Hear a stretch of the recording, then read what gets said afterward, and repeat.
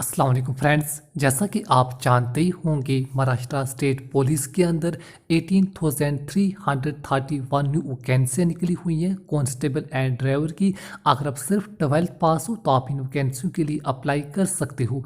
अगर अप्लाई करना चाहते हो उसका ऑनलाइन फॉर्म कैसे फिलअप करें, आज आपको मैं स्टेप बाय स्टेप करके ऑनलाइन फॉर्म फिलअप करके बताने वाला हूँ। अगर अप्लाई करना चाहते हो साइट का लिंक और फुल डिटेल के साथ नीचे डिस्क्रिप्शन में लिंक देने की कोशिश करूंगा। वहां पर क्लिक करके फुल डिटेल्स क्या क्या रिक्वायरमेंट इंपॉर्टेंट डेट्स वहां पर मैं तमाम दिया गया है। उसके बाद जैसे अप्लाई व टैग पर क्लिक करोगे आप इस पेज पे आ जाओगे। आप इस पेज को डायरेक्ट महाराष्ट्र स्टेट पुलिस की ऑफिशियल वेबसाइट से भी सर्च कर सकते हो। यहाँ पर फॉर्म की स्टार्ट डेट लास्ट वगैरह मेंशन की गई है। इसके अलावा आपको 4 स्टेप में पूरे फॉर्म को कंप्लीट करना पड़ेगा। अगर आप ऑलरेडी से रजिस्टर हो तो आप लॉगिन करके फॉर्म को फिलअप कर सकते हो। Fresh candidate register now by tag पर क्लिक करेंगे। जैसे आप रजिस्टर नो बाय टैग पर क्लिक करोगे आपके सामने एक न्यू पेज ओपन हो जाएगा। यहाँ पर आपने 1 टाइम रजिस्ट्रेशन पहले कंप्लीट कर लेनी है। अब आप खुद का या किसी भी कैंडिडेट का फॉर्म फिलअप कर रहे हो, उस कैंडिडेट की अपनी ईमेल आईडी को मेंशन कर देना है। याद रहे ईमेल आईडी आपने ठीक ठीक से मेंशन करनी है। इसी पर आपको तमाम इन्फॉर्मेशन बाद में दी जाएगी। आपकी ईमेल आईडी आपका यूज़र नेम रहेगा। नेक्स्ट, अब आपने अपनी मर्जी से कोई भी पासवर्ड क्रिएट कर लेना है। याद रहे आप इसी पासवर्ड के ज़रिए बाद में कभी भी लॉगिन कर सकते हो। पासवर्ड फिलअप करने के बाद दोबारा से कन्फर्म पासवर्ड में उसी पासवर्ड को आपने दोबारा से रिपीट कर लेना है। ध्यान रहे आप इसी पासवर्ड को के ज़रिए बाद में कभी भी लॉगिन कर सकते हो। मैं रेकमेंड करूँगा आपने इस पासवर्ड को ज़रूर नोट डाउन कर लेना है। पासवर्ड दो बार मेंशन करने के बाद जिस भी कैंडिडेट का फॉर्म फिलअप कर रहे हो उसी कैंडिडेट का आपने 10 डिजिट मोबाइल नंबर मेंशन कर देना है। ईमेल आईडी मोबाइल नंबर आप ठीक ठीक से मेंशन कीजिए। इसके अलावा पासवर्ड को आपने नोट डाउन कर लेना है।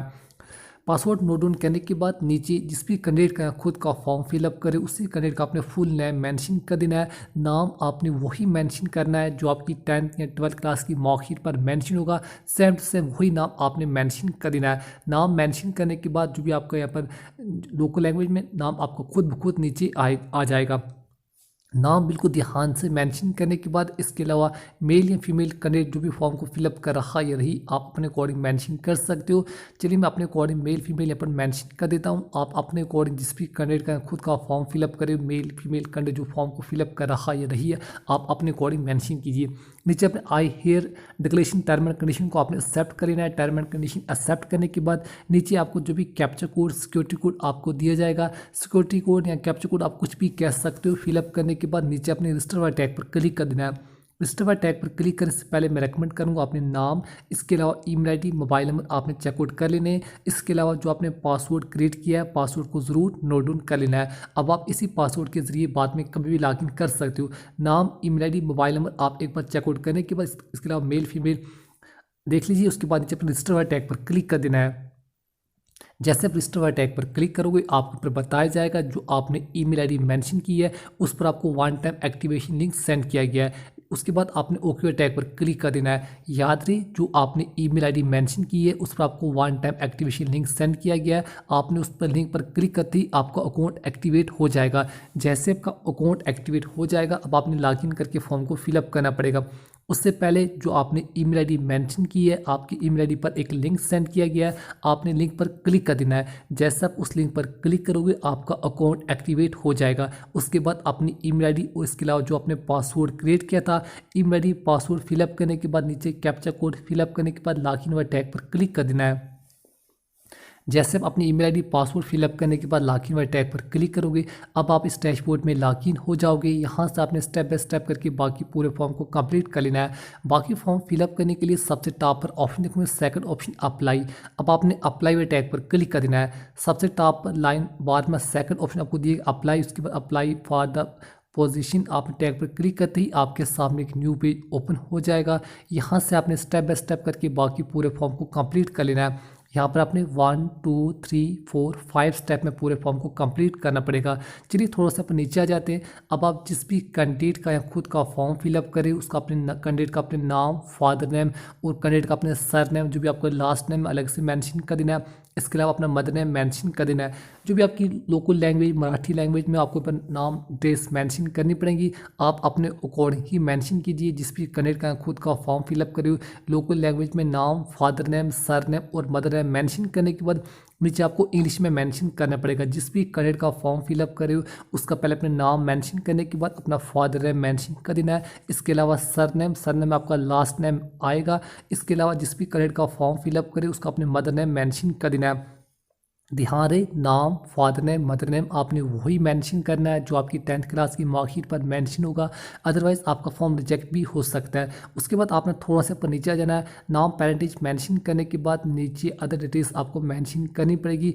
इसके अलावा जिस पोस्ट वगैरह के लिए आप अप्लाई कर रहे हो आप अपने कोड यहाँ पर मेंशन कर सकते हो। तमाम की तमाम वैकेंसी कांस्टेबल के अंडर ही निकली हुई, कांस्टेबल ड्राइवर या सिर्फ कांस्टेबल, आप अपने अकॉर्डिंग क्वालिफिकेशन के मुताबिक जिस भी पोस्ट के लिए आप अप्लाई करना चाहते हो उसी को आपने मेंशन कर देना है।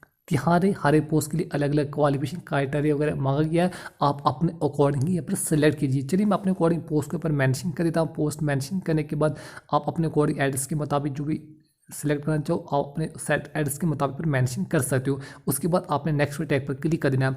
नाम, फादर नेम, मदर नेम, इसके अलावा जिस पोस्ट के लिए आप अप्लाई कर रहे हो एक बार जरूर चेकआउट कीजिए। उसके बाद जैसे आप नेक्स्ट टैग पर क्लिक करोगे आपके सामने सेकंड पेज ओपन हो जाएगा, आपका फर्स्ट स्टेप कंप्लीट हो जाएगा। अब आपने कुछ कॉलम यहाँ पर येस नो में मेंशन करने, आप इन तमाम कॉलम को एक बार जरूर पढ़ लीजिए।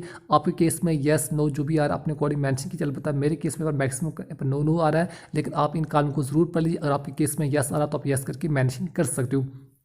इसके अलावा अगर आपके पास कोई भी कैटेगरी है तो आपने कैटेगरी को ज़रूर मेंशन कर देना है। SC ST EWS OBC category है तो आप कैटेगरी को ज़रूर मेंशन कीजिए। अगर आपके पास कोई कैटेगरी नहीं है तो आप ओपन यानी जनरल में अप्लाई कर सकते हो। याद रहे, अगर आपके पास इनमें से कोई कैटेगरी नहीं है तो आप ओपन में अप्लाई कर सकते हो। इसके अलावा जो आपकी 12th की क्वालिफिकेशन है, 12th हाई सेकेंडरी या 12th या इक्वलिटी, आप अपने अकॉर्डिंग मेंशन कीजिए।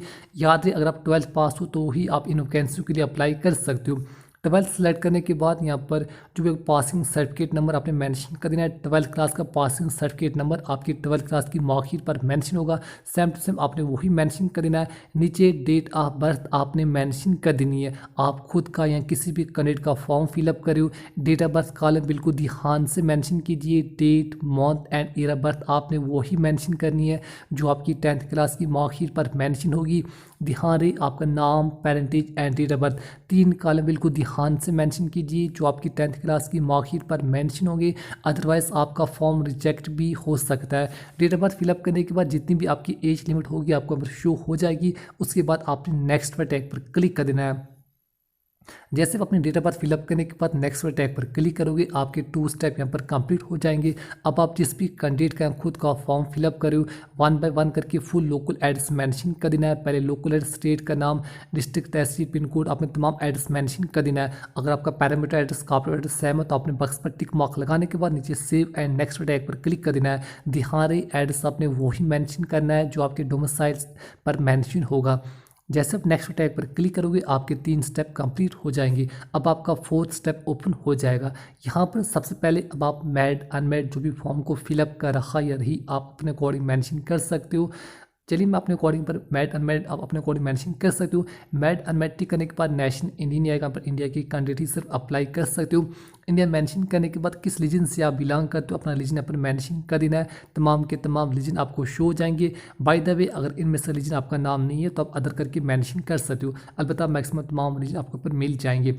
इसके अलावा कास्ट, सब कास्ट अगर आप मेंशन करना चाहो तो कर सकते हो, अदरवाइज आप इन कॉलम को ब्लैंक छोड़ सकते हो। नीचे कुछ कॉलम दोबारा से आपने येस नो में मेंशन करने, आप इन तमाम कॉलम को एक बार जरूर पढ़ लीजिए। अलबत्ता यहाँ पर भी मैक्सिमम केस में, पर मेरे केस में नो ही आ रहा, आप इन कॉलम को एक बार जरूर पढ़ लीजिए। कहीं येस कहीं नो आप अपने अकॉर्डिंग पर मेंशन कर सकते हो। इन कॉलम को आप अपने अकॉर्डिंग ही मेंशन कर सकते हो। उसके बाद येस नो में मेंशन करने के बाद याद रहे आप अपने अकॉर्डिंग ही इन कॉलम को येस नो में मेंशन कीजिए। चलिए मैं अपने अकॉर्डिंग येस नो में मेंशन कर देता हूँ। इसके अलावा जो भी आपका डोमिसाइल महाराष्ट्र या कर्नाटक, आप अपने अकॉर्डिंग जो भी सर्टिफिकेट नंबर, डोमिसाइल डेट आपको मेंशन करनी पड़ेगी। जिस भी स्टेट के वगैरह के डोमिसाइल उसका सर्टिफिकेट नंबर और जिस स्टेट को आपको इशू हो आपको मेंशन करने के बाद नीचे तमाम कॉलम येस नो में मेंशन करने के बाद सेव एंड नेक्स्ट टैग पर क्लिक कर देना है। जैसे तमाम कॉलम फिलअप करने के बाद नेक्स्ट टैग पर क्लिक करोगे आपके सामने लगभग लास्ट पेज ओपन हो जाएगा। यहाँ पर आपने 12th की डिटेल्स को मेंशन करना पड़ेगा। अब आप खुद का किसी भी कैंडिडेट का फॉर्म फिलअप करें सबसे पहले आपने 12th इक्वल टू यहाँ पर चूज़ कर लेना है। मेरे केस में higher secondary 12th first option आ रहा है, आप अपने मैक्सिमम कैंडिडेट यही आएगा, आप अपने अकॉर्डिंग मेंशन कर सकते हो। इसके अलावा आपने किस बोर्ड या किस यूनिवर्सिटी से आपने 12th क्लास पास की उस बोर्ड यूनिवर्सिटी का नाम आपने मेंशन कर देना है। जिस भी बोर्ड यूनिवर्सिटी से आपने 12th क्लास पास की होगी बोर्ड यूनिवर्सिटी का नाम मेंशन करने के बाद नेक्स्ट यहाँ पर पास्ट ही आएगा, मैक्सिमम तमाम कैंडिडेट के पर पास्ट ही आएगा।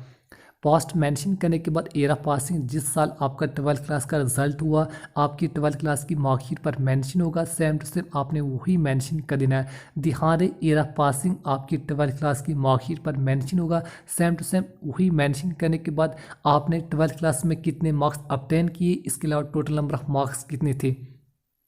ध्यान रहे पहले आपने 12th क्लास में कितने मार्क्स ऑब्टेन किए, इसके अलावा टोटल नंबर ऑफ मार्क्स कितने थे, आप अपने अकॉर्डिंग मेंशन कीजिए। ध्यान रहे 12th की डिटेल्स आपने वही मेंशन करनी है जो आपकी 12th क्लास की मार्कशीट पर मेंशन होगी। ईयर ऑफ पासिंग, बोर्ड का नाम, आपने कितने मार्क्स ऑब्टेन किए, टोटल नंबर ऑफ मार्क्स बिल्कुल ध्यान से मेंशन कीजिए। 12th की तमाम टेस्ट मेंशन करने के बाद अगर आप ग्रेजुएशन पोस्ट ग्रेजुएशन हो तो आप यस करके डिटेल्स को मेंशन कर सकते हो। अगर आप सिर्फ 12th पास हो तब भी आप इन वैकेंसियों के लिए अप्लाई कर सकते हो। चलिए मेरे केस पर नो आ रहा है, आप अपने अकॉर्डिंग पर मेंशन कर सकते हो। इसके अलावा स्विमिंग वगैरह है तो आप यस मेंशन कर सकते हो, अदरवाइज आप अपने अकॉर्डिंग देख लीजिए। उसके बाद आपने नीचे आ जाना है, टर्म एंड कंडीशन को आपने एक्सेप्ट कर लेना है। 12th की डिटेल्स ध्यान से मेंशन करने के बाद नीचे अपने टर्म एंड कंडीशन वगैरह को एक्सेप्ट कर लेना है। उसके बाद आपने नीचे आ जाना है, टर्म एंड कंडीशन आप पढ़ना चाहो तो पढ़ सकते हो। उसके बाद नीचे आप देख लेंगे एप्लीकेशन सेव फॉर्म्स, पहले आपने एप्लीकेशन प्रूवर टैग पर क्लिक कर देना है। मैं रिकमेंड करूँगा फॉर्म सबमिट करने से पहले आप एप्लीकेशन प्रूवर टैग पर क्लिक करके अपना नाम, parentage, date of birth, mobile number, email ID, local address, आपके एजुकेशन क्वालिफिकेशन आप एक बार ज़रूर चेकआउट कीजिए। याद रही यहाँ पर सेव द वाले टैग पर क्लिक करने के बाद आप इन स्टेप में एडिट वगैरह नहीं कर पाओगे। मैं रिकमेंड करूँगा आपने ध्यान से पहले एप्लीकेशन प्रूवर टैग पर क्लिक करके अपना नाम, parentage, date of birth, mobile number, email ID, local address, आपके एजुकेशन क्वालिफिकेशन आप एक बार ज़रूर चेकआउट कीजिए।